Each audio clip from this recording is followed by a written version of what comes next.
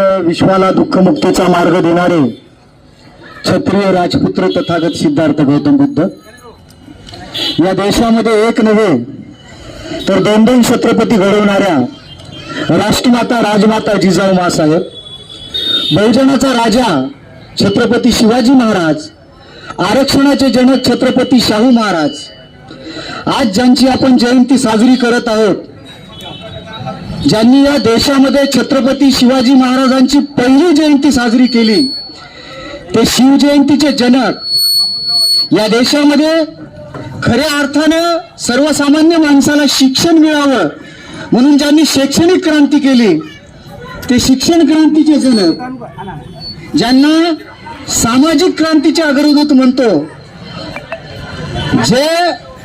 ज्यांना जगातला विद्वान मानले जाते, ज्यांची जयंती 192 देशामध्ये साजरी केल्या जाते, असे विश्वभूषण डॉक्टर बाबासाहेब आंबेडकर ज्यांना गुरु मानतात, असे महात्मा ज्योतिबा फुले यांचा हा जयंती सोहळा आहे. महात्मा ज्योतिबा फुलेंना जाऊन आपल्यातून 200 वर्ष झाली.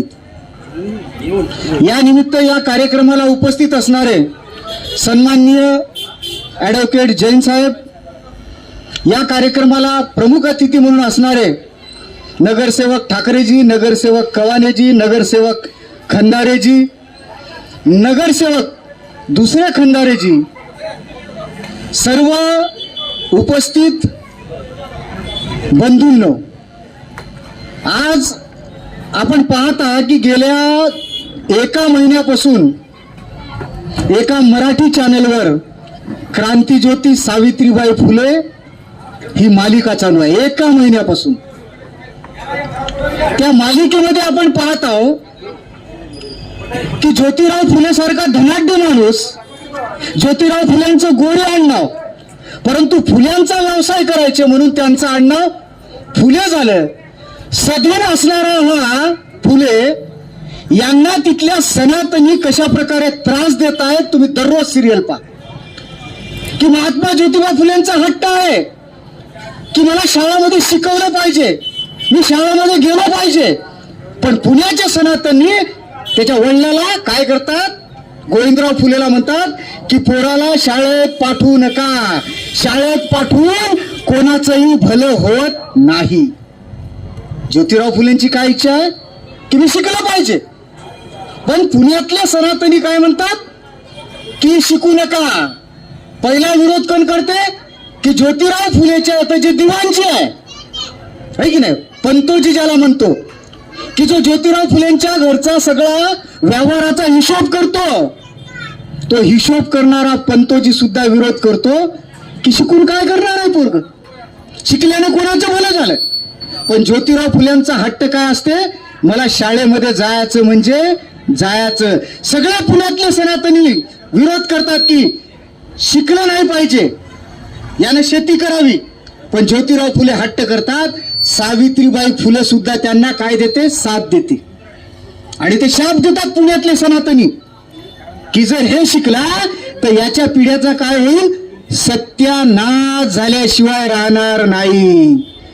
तुम्हाला सगळ्यांना विनंती करतो की सावित्रीबाई फुले जयंती, सावित्रीबाई फुलेची मालिका चालू आहे. मला वाटते स्टारवर आहे किंवा मराठी चॅनलवर चालू आहे. दररोज तुम्ही पहा की 200 वर्षापूर्वी जर ज्योतिराव फुल्यांना शिक्षण घेण्यासाठी जर इथले प्रस्थापित लोक विरोध करत असतील तर बाकीच्या लोकांची काय अवस्था.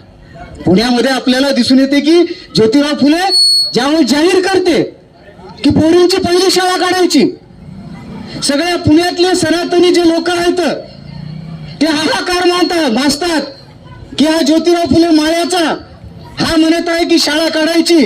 आमचा धर्मग्रंथ म्हणते की स्त्री शिकली नाही पाहिजे, स्त्री शिकली तर तिच्या ताटात आळ्या पडतात, तिच्या 7 पिढ्या नरकात जातात.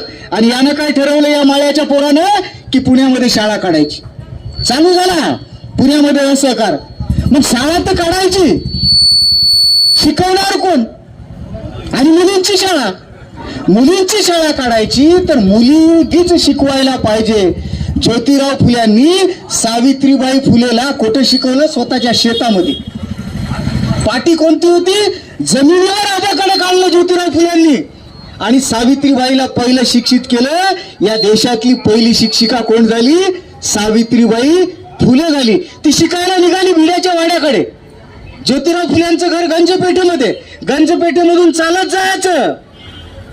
सगळ्या पुण्यामध्ये हाहाकार माजला की ज्योती धर्म बुडवायला निघाला, ज्योती आमच्या धर्माच्या विरोधात जायला निघाला.